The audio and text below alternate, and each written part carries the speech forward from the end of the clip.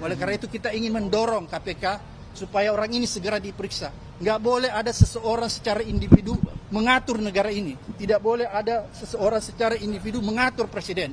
Oleh karena itu tegas sikap kita semua bahwa kita meminta KPK untuk segera melakukan penyelidikan.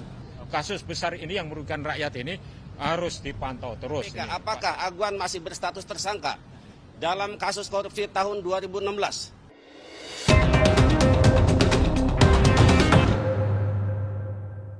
Oke, terima kasih teman-teman. Kami ini masyarakat yang peduli ya terhadap pemberantasan tindak pidana korupsi, koalisi besar. Ini ada teman dari LBH Muhammadiyah dan saya susah menyebutkan satu persatu, tapi yang penting kalian bisa lihat di sini. Tadi kita berdiskusi sama pimpinan KPK ya, dihadiri langsung oleh Pak Fitro dan Pak Ibnu. Kemudian menyusul saat terakhir Pak Ketua, Pak Setiobudi juga hadir. Kita mendiskusikan kasus yang sedang hangat nih. Dan kebetulan kita membawa laporannya juga yang sudah dibuat oleh teman-teman koalisi, yaitu dugaan korupsi ya yang terjadi di proyeknya ya, saya katakan di proyek strategis nasional PIK 2. Jadi kita ingin KPK lebih konsentrasi ya, menelisik, melakukan investigasi terhadap proyek strategis nasional. Karena kita melihat di dalamnya bahwa kuat dugaan telah terjadi tindak pidana korupsi di dalam penetapannya sebagai proyek strategis nasional. Karena KPK punya kewenangan untuk melakukan pemeriksaan terhadap penyelenggara negara, baik yang ada di tingkat daerah maupun yang ada di tingkat pusat. Karena kita bisa duga bahwa penetapan PIK menjadi PSN itu tidak terlepas dari praktek kong kali kong, praktek suap menyuap, ya, dan lebih jauh kita bisa melihat bahwa di situ ada kerugian negara sebenarnya, ya. Pasal 2 kerugian negara. Oleh karena itu ini menjadi kewenangan KPK dan kita sudah sampaikan langsung kepada pimpinan KPK. Data-data yang kita punya cukup banyak, kita sudah kolek dalam satu sistem sehingga begitu dibutuhkan kita bisa langsung mendistribusikan kepada KPK untuk membantu KPK melakukan penyelidikan lebih cepat. Tapi kami yakin juga bahwa KPK juga pasti punya data yang cukup untuk melakukan yang namanya full bucket. Karena di sini ada beberapa teman-teman, mungkin nanti yang lainnya bisa lebih menyempurnakan apa yang kita diskusikan di dalam. Yang jelas kita melaporkan proyeknya ya, proyek strategis nasionalnya. Kemudian juga kita melaporkan tentang ada dugaan kuat terjadi suap menyuap gratifikasi di dalam penerbitan ya. Penerbitan sertifikat di atas laut ya, yang diduga kuat dilakukan oleh Agung Sedayu Group dan anak perusahaannya yang ya. super cepat satu yang lagi. Super cepat. Oleh karena itu kita meminta supaya KPK tidak usah khawatir memanggil orang yang merasa dirinya kuat selama ini, yaitu Aguan. Ya, karena nama ini seolah-olah diciptakan mitos bahwa dia tidak tersentuh oleh hukum. Ya. Oleh karena itu kita ingin mendorong KPK supaya orang ini segera diperiksa. Nggak boleh ada seseorang secara individu mengatur negara ini. Tidak boleh ada seseorang secara individu mengatur presiden. Oleh karena itu tegas sikap kita semua bahwa kita meminta KPK untuk segera melakukan penyelidikan, investigasi lebih cepat terhadap kasus proyek strategis nasional dan yang berkaitan dengan proyek-proyek strategis nasional yang ada di PIK 2. Karena ini merupakan gunung es. Saya pikir untuk sementara itu. Hadir Aguan yang diadukan, apakah pihak lain yang diadukan juga? Karena KPK mempunyai kewenangan untuk melakukan penyidikan terhadap penyelenggara negara sesuai dengan undang-undang, maka selain penyelenggara negara, pihak swasta juga Aguan bisa diperiksa. Penyelenggara negara itu siapa?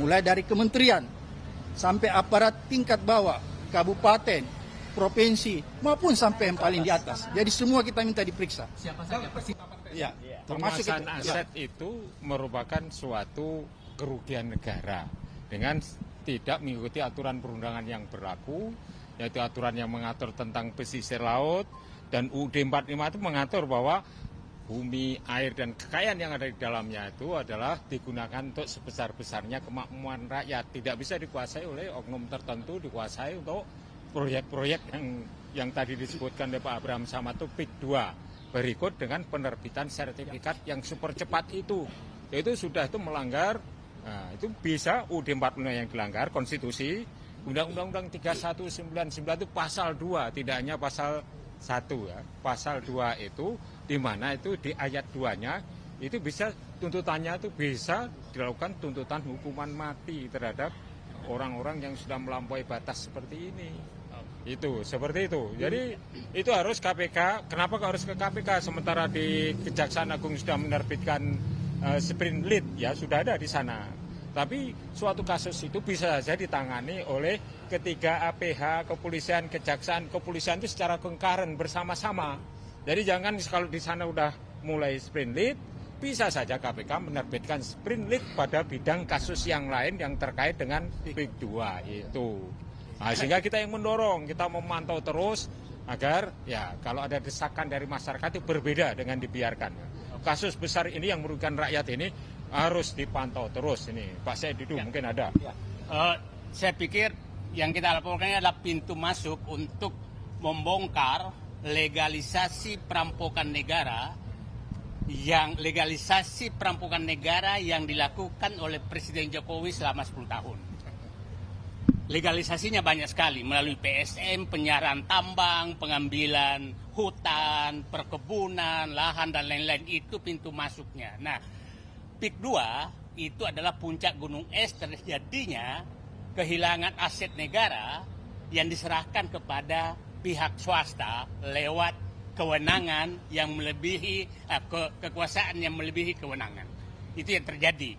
Dan tadi saya meminta kepada KPK sederhana melihat berapa jalan, berapa sungai, berapa pantai, berapa irigasi yang sudah diambil alih oleh PIK 2. Apakah ada ganti ruginya ke negara atau hilang begitu saja? Karena sudah berapa kecamatan habis. Jadi itu sederhana, cek di Google Earth apakah PIK 2 yang ada sekarang itu tidak mengambil laut.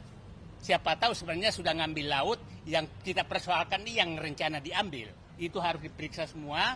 Kalau memang terjadi, maka itu harus kembalikan negara, dan siapa yang mengambil secara tidak sah, semua yang terlibat itu harus kena sanksi hukum, termasuk yang memberikan izin. Kita harus ingat bahwa saya berpendapat bahwa terjadi rekayasa besar di Pantai Indah Kapuk. 2016 Ahok menyatakan tidak mungkin Jokowi jadi presiden kalau bukan pengembang. 2016 Ketua Abdesi yang menyatakan, dan Abdesi ini adalah kepala desa yang di PIK 2, menyatakan mendukung Jokowi 3 periode. Di akhir masa jabatan Jokowi menerbitkan PSN PIK 2. Jadi sangat susah dibantah bahwa pusat kekuasaan pengendali Jokowi adalah PIK 2. Itu saya pikir kesimpulan yang gampang sekali. Itu saya pikir jadi di KPK, kita berharap KPK udahlah masuk yang jalan sederhana saja, periksa aset negara yang sudah diambil.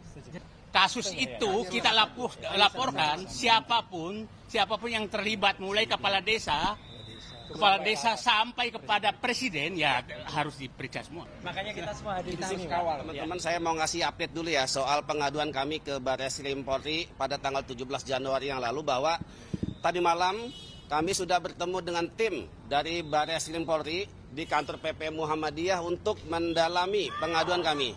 Kami sudah sampaikan secara gamblang terkait dengan siapa dalang di balik pemagaran laut dan soal HGB palsu itu.